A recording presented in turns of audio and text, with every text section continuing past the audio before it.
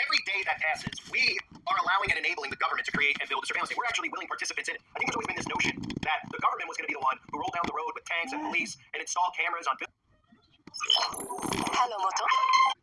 street and force this onto everyone. But that's not been the case, and that will not be the case. What is the case is that we are enabling it by complying and allowing this technology to be in our day-to-day lives. The more comfortable we get with this technology, the more we're enabling the government to create this surveillance state. And I want to share something that was shared on the website by Angie Sunshine that ties into something that I've covered in the past with 911 being allowed to access cameras. And it starts with this, where new software is allowing 911 dispatchers to access cameras near emergency calls. And of course, it ends with 911 and the police being able to access the camera on your phone. But of course, what they do is they start to desensitize you with things like this, because most people would hear, well, if 911 is going to have the ability to access a camera on the street, that sounds like a perfectly good thing, right? Because that could help save somebody's life. It could help get emergency dispatchers to the right place. Hey, it could even solve a crime by giving 911 dispatchers access to the camera earlier than the police would actually get access to the cameras. And this is how, little by little, they desensitize you into giving up your freedoms and your rights. They tell you, of course, that this is not a violation of your privacy. We promise we will not violate your privacy. We promise this. We promise that. And that's all people need to hear, is them telling you this. And then each step of the way, it's like an A to Z. It's not just bang, bang, bang, bang, bang. It's a little bit here, a little bit there, a little bit there. They tell you that, hey, now all of a sudden, since you're not upset about cameras being on streetlights, and you're not upset with cameras being all around you and everybody having cameras then installed on their phone, now it's more about you getting past that and getting on to the next step, which is allowing the government to access the cameras that you have at your disposal, which is your cell phone, which is your Ring, which they already have access to, which is your smart television, which are all these devices you probably that have cameras and recording devices in them already. You may remember in the past I even covered how there were those robo vacuums inside of people's homes, and they were recording and listening to people perform intimate acts, listening to them in the bathroom. Unbelievable how we're allowing this technology into our day-to-day lives, but it's all in the name of convenience, right? It's easier to have a robo vacuum than actually vacuum the floor yourself, right? And as we continue moving forward and saying, let's get this tech in our home, let's get that tech in our home, let's get that tech outside our home, we're building this surveillance state. It starts here. I'll show you the video clip with what's going on in Michigan, where they tell you that, hey, new software can allow 911 dispatchers to access the cameras near emergency calls, and of course it ends with them accessing all the cameras in your home, which don't really belong to you in the first place. They belong to Big Brother. All you're doing is enabling them. Take a look at this. Darren Cunningham in Livingston County, where new technology is being tested that aims to help 911 dispatchers and first responders do their job more effectively. I know people, particularly in this area, really value safety. Emilio Zapata works in downtown Howell. We asked him his thoughts on new technology that allows 911 dispatchers to access live camera footage within about 100 yards of where a 911 call is made, potentially allowing dispatchers to see the emergency as it unfolds. I think we're getting more and more used to the idea of cameras watching. I work at that restaurant right over there. I know that I would feel a lot safer knowing that just that information can help law enforcement. I really also think it can be a deterrent. The software is owned and developed by Eagle Eye Networks. I spoke with Cooper Briscoe, the company's director of product So marketing. when they're directing first responders, we're keeping our first responders safe, and we're increasing the safety in the community because now they're more informed as they're arriving on scene. They are potentially going exactly to where the threat occurs and have up-to-date information that otherwise they would not have had. Folks have expressed concerns about the extent to which this technology is used, to which a camera can be viewed, footage can be viewed. Briscoe says those questions do come up. The idea that Big Brother is watching, but he says that's far from reality. So Darren, very often people get concerned immediately. What about privacy? What about compliance, right? We don't want law enforcement accessing cameras. I want to be abundantly clear that Eagle Eye 911 camera sharing is not giving carte blanche access to view video from law enforcement. The technology is being tested here at the Livingston Educational Service Agency. I'm told the school system has a camera equipped with the software known as Rapid SOS in the lobby. Joe Bomarito with Elite Fire Security based in Novi installed it. And what's great about it is if we can make this a community involvement, and this really interested me, is we have a couple cameras here, a couple cameras there, a couple cameras all over the city. When those 911 calls are placed, it starts bringing up those cameras within about 100 yards from that 911. He reiterates, once the 911 call is done, there's no further access to the video, and dispatch does not record it. In Livingston County, Darren Cunningham, 7 News Detroit. So of course you hear them say, well, is it a privacy issue? You hear the one guy say, well, I think we're getting more and more used to the idea of cameras watching. And really what it should be is that we should not be getting used to the cameras watching. But I've talked about all of the psychological things that they've been doing with making you be okay with creating a surveillance state. They make you feel unsafe in your home. That's why they are allowing criminals to run amok instead of stopping criminals from committing crime. In fact, they're enabling criminals. They're Hello, Moto. letting them out of prison. They're deliberately doing all this stuff. It's nothing to do with voting. It actually ties into you creating a surveillance state for the government, right? So in other words, you see all these news stories of people porch pirating, people breaking into people's home, and you start thinking to yourself, subconsciously, well, maybe I should get a ring. And then you hear again. 6 months go by, maybe somebody up the road had somebody break into their home or take something off their porch, and then you install a ring on your front door, something that you had said years prior that you would never do. In fact, if I told you a decade ago, you would have said it's completely insane. But now, of course, because of all this stuff that they're doing, problem reaction solution, people are putting this technology on their own homes in the name of safety. And then on the flip side, of course, convenience, right? So people are putting cameras on the outside of their home, and then inside their home, they're bringing in all this smart technology, like the Alexa, like the smart television, the smart refrigerator, right? They hear smart, they just think, well, it's hooked up to my phone, right? And then they realize, wait, why is there a camera on my refrigerator? Why do I have a smart refrigerator in the first place? Wait, there's a camera? Oh, well, that's in case you want to do a Zoom call and have a meeting on your television set or on your refrigerator. And of course, they'll never realize what they're actually doing because they've been trained to think that you and me are conspiracy theorists. But once everything is fully in place, and once there's a camera on every single inch of every single home and every single street and every single house outside, these people won't even realize who has full control and access over it. They'll think no further than, well, the police to solve a crime, right? But then when the government starts taking more and more from you, taking more money from you, taking more rights from you, taking away the freedom to move around freely from you, and you start saying you've had enough of it, it'll be too late because you've already built in a surveillance state. And when the government hears you starting to speak against what they're actually doing, well, now they'll just come to your front door like they planned to do all along, but not the way you may have thought, because you built this around you, because we allowed this to be built around us through fear and convenience. Now all of a sudden the government has built a massive prison on earth. Think about that. A massive prison on earth. If the goal is to imprison all of us, which it is, they can't fit every single one of us in a jail cell. But what they can do is get us to put all this surveillance in our own homes and our day-to-day lives, things that can track our movements, track where we go, track what we say, watch us, right? And then they start just clamping down, worse than they've already done, taking away more and more and more and more and more and more and more and more. And nobody will realize, wait a minute, well, how are they getting away with this? Well, they're getting away with it for starters because you've given them the ability to imprison you in your home. And if you start speaking against it, you start speaking about, hey, we're going to go do this, we've had enough of this. It's too late. It's too late because they're listening. Big Brother's always watching. So the new tool for 911 dispatchers is being tested in Livingston County. The technology software is known as Rapid SOS, and the developer said it allows dispatchers to access cameras near an active 911 call. So when you hear that, people will just say, well, that's fine, right? What's the big deal? There's already cameras in the streets, right? There's already cameras on the stoplights here and there at every street corner. And that's really where the problem started, with us allowing it to happen, right? So they rolled it out. Nothing occurred out of the ordinary, except people getting speeding tickets and running red light tickets in the mail. Not enough for people to get angry and say, this is a violation of our privacy, we're removing this. So then they want more and more and more coverage of these cameras, so they just continue to allow crime to run amok and plaster every news station with stories about people coming up to your front door, walking into your home, right? People not just porch pirating, people literally swatting and seizing your property. And people go, well, I need camera this and I need camera that, and I don't just need a ring, I need to make sure I have a camera outside my home that can actually record. So people, so I can go to court, and then all of a sudden you go, wait a minute, I've just built a prison around me. So potentially dispatchers will be able to see the emergency as it unfolds. They say, I know people in this area in particular really value safety, and I think we're getting more and more used to the idea of cameras watching. That's the problem. This guy's the guy in the clips that I work at the restaurant right over there. I know that I would feel a lot safer knowing that information can help law enforcement. I really think it could be a deterrent, right? So you create weak people as well, right? We take away gun rights from actual civilians. You allow criminals to have guns. You do all these things around us, and then you create weak men who want to feel safe and need the police to feel safe instead of protecting themselves or protecting their families. You also, on the flip side of that, any people that protect their home and protect their families are being prosecuted by this corrupt, wicked government. Because how many stories have we heard about somebody breaking into a home, the person mows home, shooting the person who broke in, and the person who shot the intruder is actually getting arrested and going to prison for murder? Because they said, well, was he really a threat? Well, he broke into your home. Well, he wasn't armed though, and you shot him. Oh, what are you supposed to do? Pat him down first? Or are you supposed to allow him to kill your entire family? Right? So then it could be on a true crime show, and then people can go, why didn't that guy do something? He had a gun in his home, and he didn't even shoot him, right? Because everybody's a hypocrite, everything's catch-22. So you look at it from both perspectives, right? Well, he shot the guy, and everybody goes, he should have shot him, he wasn't armed, the guy had a problem, he broke into the home, he thought it was the wrong house, maybe, right? But if he did break into the home, and then the father didn't defend his family, and he killed the entire family, then they'd say, well, the father should have done something about it. What a bad father, what a stupid person, blah, blah, blah, blah, blah, right? Because it's a world of opinions. All the opinions are just hypocritical opinions where people don't think about each possible outcome that could occur. And really what it comes down to is not, we shouldn't be allowing people to commit these crimes, to get away with these crimes, and being allowed out of prison time and time again. But of course, this is what the government wants, so we can create a society that thinks like this and acts like this, and then wants Big Brother to come and protect them. So the man's saying, we should have cameras in every street corner. It would make me feel safer. I feel at ease. I feel at peace. Oh, okay, well, you could be armed to protect yourself in the streets. Then I think there'd be a lot less crime, right? If everybody was armed, or if, some people were armed, because we know the criminals are getting access to guns, so then why can't civilians have access to guns, right? But people don't think like that. They just go, no, we need Big Brother, right? The same Big Brother, or the same police that most of these people wanted to fund, and they want them to show up and protect them, right? So it's just a world where everybody complains, nobody thinks, and we continue to give up our rights in the name of convenience and safety, right? Instead of people taking care of themselves, protecting themselves, not, taking power away from these wicked people who are allowing all of these criminals to run freely. So we're getting to a point where, like I said earlier, it starts in America with them saying new software will allow 911 dispatchers to access the cameras near emergency calls. Then it turns into the other stuff, where they start saying, well, we're going to access the camera on your phone next, right? And then we're going to access, your front door lock, because then we're going to start hearing stories about how, parents are locking their kids in their home, and they, that's not safe, and they're abusing their kids. Well, then let's give Big Brother access to our front doors, too, just like the key to the prison cell, right? And little by little, all they need to do is just create the propaganda, keep convincing people that this is what's needed, and they comply. And they go, we should give the government access to people's front doors. We should, because parents are now locking their kids up inside, or there's domestic violence in the home, and the guy's locking the home up, and he's not letting anyone in, nobody can get inside. Let's just give them full access to people we don't know, who we clearly can't trust, right? Convenience is leading to compliance, and of course, people being fearful of everything going on are just allowing the government to put cameras everywhere so that they can feel more safe and secure. And then, of course, you mix in all the propaganda that is against people who are quote-unquote conspiracy theorists, and these people think what we're all saying is crazy, right? And then the next thing you know, it's too little, too late, because once this stuff is all in place, then the government has full over all of our lives. What really occurring is people need to be pushing back on technology. The more we go forward with the tech, the more we let them go, hey, you know what, you have to get on board now with 5G. People go, well, I don't want to get on board with 5G, I have a flip phone. They go, well, we're shutting off all flip phones, you have to comply now with 5G. And people go, well, I won't comply with 5G. And they say, well, you can't access your bank account without a phone, What? Yeah, you can't get into your Gmail account without your phone, So you're going to have to comply, and they force you into compliance. Well, we should be taking power away from big tech, not just big tech in general. You don't have to take away from big tech. We need to just get off of the technology in general and start learning trades and learning how to live freely from these people. We're allowing them to enslave us via technology. It's not just, some notion of, enslave them with technology. They kind of made it like this passive phrase where we all just go, you're enslaved with technology because you're always on your tech. Technology has become the ultimate addiction. That's why, you never ever hear anybody talk about technology being addiction. They talk about all these drugs being an addiction, and this being an addiction, and that being an addiction. The most dangerous drug out there is technology. People are obsessed with it, they're addicted to it, right? They're in the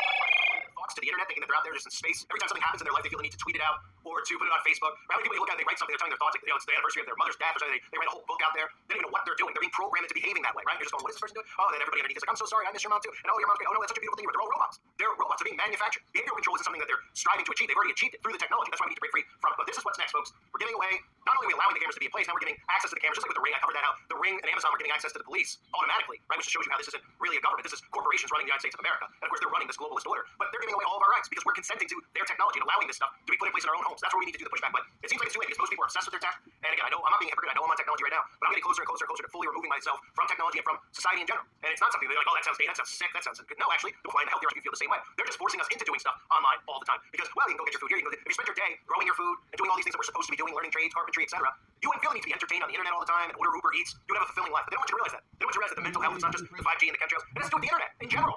It has to do with constantly allowing them access to our brains and then them just polluting our minds with all of their propaganda 24/7. This isn't the day of you got to turn the television on to get your propaganda. You're constantly getting fed with propaganda 24/7 because people are on their technology 24/7. So the next thing will be, of course, them accessing the cameras on your phones. Not that they can't already do it, just legally do it. And then you have civilians who are saying that everybody should have access to everybody's phones and everybody's cameras at all times because we're in a community now, right? Welcome to communism, folks. I thank everybody for being here. Hope you're all doing well. God bless you and your families as always.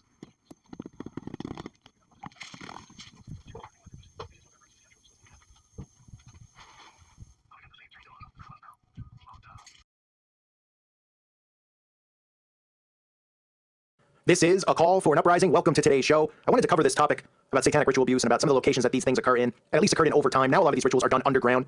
When the industrial age happened, they started building these underground tunnels. Obviously, we all are familiar with DuPont Circle in Washington, where they have this massive underground world. There are plenty of places, the Ozarks, obviously underneath the Denver airport. Okay, they call a lot of these places military industrial compounds, but they use these to traffic children and get away with it. But before any of that stuff was available for them to do, going back 20, 30, 40, 50 years, and way beyond then, a lot of these satanic rituals occurred out in the woods. And in fact, a lot of it occurred inside of caves. And I found this interesting that there's a YouTuber who has a channel that's devoted to just going inside of caves and exploring caves, and finding things inside there like snakes and all this stuff. It's strictly about going into caves and researching caves and showing people all different types of caves, okay? So this guy stumbled across one where he had heard that there might have been some satanic rituals done in this cave. He goes inside the cave, and the cave is filled with all types of satanic emblems, satanic signs that Satanism occurred inside of there. It appears to be blood on the wall, but it could just be candle wax or something like that. I can't confirm that. The guy, of course, makes a mockery of it. He pretends it's a joke and it's not something serious. He even goes Illuminati confirmed, joking around about it. But for people like me who are awake, who've studied the occult, who know how the enemy works and operates and is aware of their symbols, there is tons of stuff inside this cave that I want to show people, because people need to be aware that this stuff is going on around us at all times. And like I said, now it goes on more underground. It doesn't mean that they still don't do these rituals out in caves. It could be caves out in your woods for all you know. And this guy stumbles upon it. Of course, him and his followers make a joke about it, when indeed he sees all the basic signs and symbols you would see inside of a satanic altar, inside of a place where ritual abuse and animal and human sacrifice occur. Now, inside of this cave, you will see evidence that potentially, at some point in time, child sacrifice could have occurred inside of this cave based on the footprints you see inside of the cave. So he goes inside this cave. He shows some what appears to be blood on the walls. He says it's blood, but I can't confirm or deny that it could be candle wax. Obviously, they use candles in these rituals, not going into a pitch black cave, so they have candles lit when they perform these rituals. But you can see there are animal bones and animal skulls inside of this cage, so there was highly likely that animal rituals were performed inside of the cave. What's also interesting to know, which is very similar to what most of you are aware of the McMartin preschool trial and what happened there in Ted Gunderson and his research that he did after the trial, it's the most expensive trial in the history of the United States of America, where many of these children came forward and claimed to be victims of satanic ritual abuse. Of course, it got covered up, and they twisted the words of these children to make it seem like the parents were trying to make money off of it. But after the case was dismissed, Ted Gunderson excavated underneath the school, and you can see that they filled in the tunnels underneath the school. They were using the tunnels to for the rituals, satanic rituals, and sacrifice. They found a lot of animal bones, but there's also a tunnel leading to an airport because they're flying these kids out from a local airport, a small airport, up into the mountains to perform these rituals. So they filled in the tunnels with dirt, and the experts examined the dirt and saw that it was not the same matching dirt that was on the ground. It wasn't the same soil, that they actually filled it in. So they purchased dirt and filled in the holes, and so they dug out all that filled in dirt and they found these tunnels. So inside of this cave, he actually shows that they filled in a lot of these holes and they tried to cover up the cave for the most part where these rituals were performed. But you can see that there is an altar of rocks that was used, which is common. If they don't have a built altar, which a lot of these homes, these elites have these altars built, they will use rocks and do the sacrifice on top of a pile of rocks. You can see holes in the wall, which you can only speculate what they were used for, but some of the holes were filled in, so it's a potential place where they could bury animals or possibly even humans, because these things never get discovered and nobody finds it. Everybody thinks this is all a joke. And that's why I want to point this out to the audience out there listening. They will go back in there and they fill it in with dirt and they get away with this stuff. As he continues to go through the cave, he sees footprints. Some look like adult-sized footprints and some look like children-sized footprints, along with some animal footprints, raccoons and things like that. But you can actually see that there were children, or at least young teens. It's hard to tell from the angle that he takes, but he says there are human footprints that look like they resemble that of a young adult or a child inside of this cave. And you can see it all around, going in circles. Obviously, people were in there walking around. It was not covered up. I don't know. Obviously, he doesn't know how long ago people were in there doing these rituals. I would assume it was a while ago, but the footprints do look somewhat fresh. The guy who posted this, the guy who does cave exploring, didn't even say where this was, so I couldn't tell you where it was. But I want to show everybody this stuff because this is what goes on. This is going on everywhere. Everybody is focused in on Pizzagate and obsessing about Pizzagate. And I'm one of the people who has been covering it the entire time. I believe 100% in my heart that it is real. I believe there needs to be an investigation on it. But people are putting too much energy into focusing on that specific topic when this is going on worldwide. This is a worldwide epidemic. It's not just John Podesta and Hillary Clinton. This is going on around the world. It's been going on. Okay, we know going back to Baal worship that they used to sacrifice their children to Baal. Children are sacrificed in these black magic rituals, and it's going on all over the place, and it's not just in Washington, D.C. So people need to be aware of it and say, listen, how can we make, I live in a different state, someone says, right? They say, oh, I live in Texas, well, what can I do about the pizza? Well, you could become aware of what's going on in your state, because this isn't just a one-time deal, and that's what some people are making it out to be, that, that Donald Trump's going to come in, and Pizzagate's going to be, everything's going to be fixed, and he's going to drain the swamp, and Hillary's going to go to jail, and Podesta's going to go to jail. It's not going to stop unless people become aware that this is an epidemic going on around the world. This isn't a one-and-done situation here in D.C. This is going on all over the place. So you can see the signs and the symbols inside this cave, including skulls and all sorts of different weird, bizarre things. Animal skulls will show you that likely animal rituals were done inside this cave. You see the blood on the wall. You see all types of bizarre writing on the wall. Unfortunately, I can't make a lot of it out because he didn't really go into detail. He kind of passed over it, just saying, oh, there's all kinds of weird symbols on the wall. But there is one specific symbol that I was able to identify on the wall, and I'm sure all of you can identify it as well, because it is the pedo symbol. It's a symbol that we have seen in Pizzagate. I talked about it being a symbol that we see all over the place. True Detective had an entire series based on this symbol. This symbol, which is little boy lover, is what it stands for. It also obviously can appear to be the 666. But to these pedophiles, this is code for little boy lover. So we see these weird signs inside of this tunnel, including this symbol, which is now, this is a common thing. We're seeing it all over the place now, because they communicate through codes and symbols.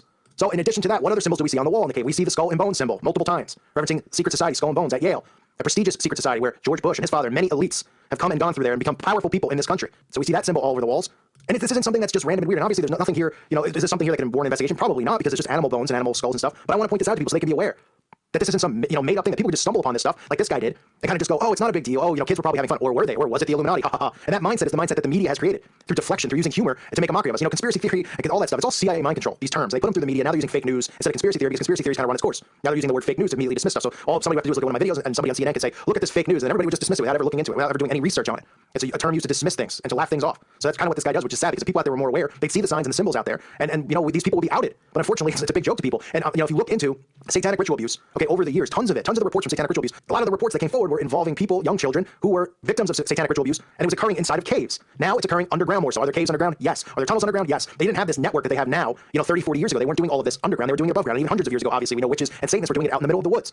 If you just Google in satanic ritual abuse cases and satanic ritual abuse in caves and all of these things, you'll find stuff. The LA Times from 1991, March 22nd, has a story about an 11-year-old girl who told the Supreme Court jury that she was sexually abused by her grandmother and made to drink human blood during satanic rituals in a secret cave. She said, dressed in a pink flowered suit, the blonde girl testified that at the age of 2, she was taken in a limousine with both of her grandparents, while her grandfather, now deceased, picked up prostitutes. When she was about 4, she said she was forced to drink blood out of a glass and eat human flesh. In another incident, she testified, they gave me a drug so I would be hyper vigilant.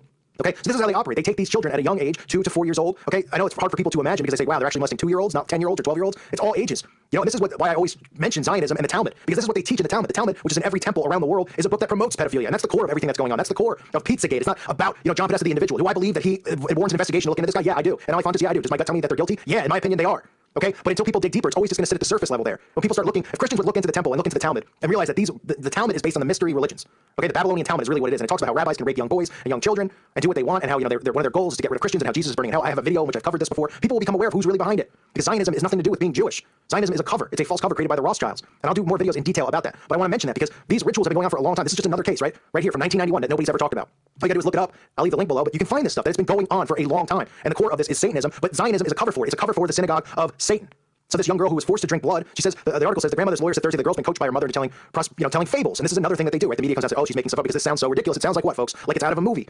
That's what they'll say. The girl's mother, 48, and her aunt, 35, filed a civil lawsuit against the 76-year-old mother, alleging she ritually abused them and her granddaughter beginning in infancy. They claim that they've suffered a massive amount of psychological problems, and that's true. Of course they have. They were victims of satanic ritual abuse and mind control and trauma-based mind control. And these parents do this to their children, to their own children. But people think it's unfathomable that they wouldn't. These people are not human. They are satanic. Okay, these people, a lot of them are demon-possessed. They do these rituals to become demonically possessed. They don't just do the ritual because it's a good time for everybody, and they're all going, oh yeah. Okay, they become demonically possessed. They do bloodletting rituals. Even the article from 1991 uses deflection, and a tale reminiscent of the horror novel Rosemary's Baby. The woman testified that she was impregnated by a cult member at the age of 11 or 12, then forced to murder her 6-month-old baby during a satanic ritual in a cave in dusty local mountains more than 35 years ago. So this is from 1991. So you're talking about the 50s, 35 years ago, right? You go backwards, we're talking about the mid-50s. She became pregnant again at 14 after her father prostituted her in motel rooms, but cult members, including her mother, induced an abortion when it was discovered that it wasn't Satan's baby. Okay, so then they go on to talk about Rosemary's Baby. So they make it seem like, oh, it sounds like a fairy tale. Like this girl just has mental problems, psychological problems. She's seen the movie too many times. She saw Rosemary's Baby too many times. And they dismiss stuff like this. But the reason I'm showing it to you is because it does go around all over the place. People can stumble upon this stuff and shrug it off. And that's what's scary about the world we live in, is the fact that people don't want to believe that this is real. Even with Pizzagate going on. And people who, are investigating, a lot of them still pass over the occult, the occult ritual involvement and how this is really, this is practiced in Zionism, it's practiced in Satanism, which both are really one and the same. But people think that these are just some sick perverts that think, Satanism, or, oh, they're kind of calling them satanic because they're perverts in a sense and saying, oh, they're just really messed up in the head kind of thing. They don't realize that this has been going on for a long time. Like I said, back to the Old Testament and sacrificing children to Baal. And until people realize this stuff, it's always going to be a joke. That's why it's important to know some of this information. People go, why do we need to know this stuff? Well, you don't. If it ruins your, if it gets you depressed and stuff, then stay away from knowing it. Okay? If you can't handle it, obviously. Is there salvation through knowing this stuff? No. But if you want to raise awareness and help kids out who are ritually, who are trafficked, prostituted, forced to eat flesh, forced to have sexual intercourse with people, raped, molested, and killed. If you want to help raise awareness on this, realize that this is deeper than just a few individuals. It is massive. Sex trafficking makes more money than anything in the world. Okay, they'll tell you that it makes a certain amount of money based on fake numbers where they say, well, it's because they buy and sell children for slave labor. Sex trafficking makes more money than you can imagine, and I guarantee you it's more money than is made through drug trade. I guarantee you that. These elites buy and sell these kids. This is going on every day around the world. It is heartbreaking and it is sickening. But I wanted to show you this cave because there's just basic signs inside of the cave that Satanists were in there. Do I know if a child was sacrificed? Of course I don't. Do we know animals were? It appears that they were. There's skulls, there's bones, there's altars, there's blood on the walls, or it appears to be blood at least. The guy did say it was blood, but he could have been joking. And then we see the skull and bone symbols. We see holes that were filled in. We see parts of the cave that were filled in with dirt to cover up whatever was done there. And we see the little boy lover symbol right on the wall. This is going on all over the place. Satanic ritual abuse is real, and it's another reason that the Satanists that I always talk about and expose, that they have two agendas. One is to always go to abortion clinics and go after Christians who are anti-abortion, pretend that they're so pro-women's rights, and that they care so much about it. And the other thing they do is they go protest anyone who claims to be a victim of satanic ritual abuse, because they go, oh, it's just a witch hunt. It's just them making stuff up. It's crazy Christians making things up. It's not real. Yet these people claim to be atheists, and they're not. And that's how they get away with this stuff. It's a massive psyop. It's a massive amount of mind control. It should bother everybody as much as it bothers me. It makes me so sick to my stomach. And I get upset when people cover Pizzagate and they leave this stuff out. And they leave out Zionism, and they leave out, Satanism as being real. They kind of brush over and go, oh, these people are satanic in nature. No, they're Satanists. They are practicing Satanists. They practice satanic rituals, which involves cannibalism, dismemberment, child rape, all of this stuff. Demonic possession. It is real, and people laugh at it, and they don't want to cover it when even talking about Pizzagate. And it's sad to me. But this has been going on for a long time. I want to point it out. Even with this story from 1991, that a girl who was, raped and molested in a cave was forced to eat flesh, to eat her own baby's flesh. This is how sick these people are.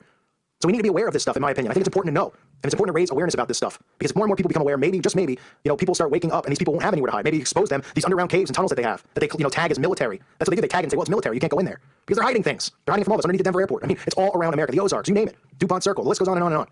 So I just want to point that out to everybody that the guy went in and he, I thought it was interesting that he was going into caves and just doing videos on it. And then he happened to stumble upon one that was filled with all of these, satanic symbolism. He didn't really know for what those symbols were. He kind of played it off like it was a joke, and his audience laughs at it. But to me, that stuff's serious. It bothers me to see people act like that when they see stuff like this. Because if they only knew what was really going on, it wouldn't be funny, would it? What kind of human being would laugh at the ritual sacrifice of young children? What kind of person would laugh at the ritual sacrifice of an animal? It's sick. And these people need to be exposed. So I'm going to do my best to keep exposing it however I can. I thank you for listening to today's show. God bless all of you and your families.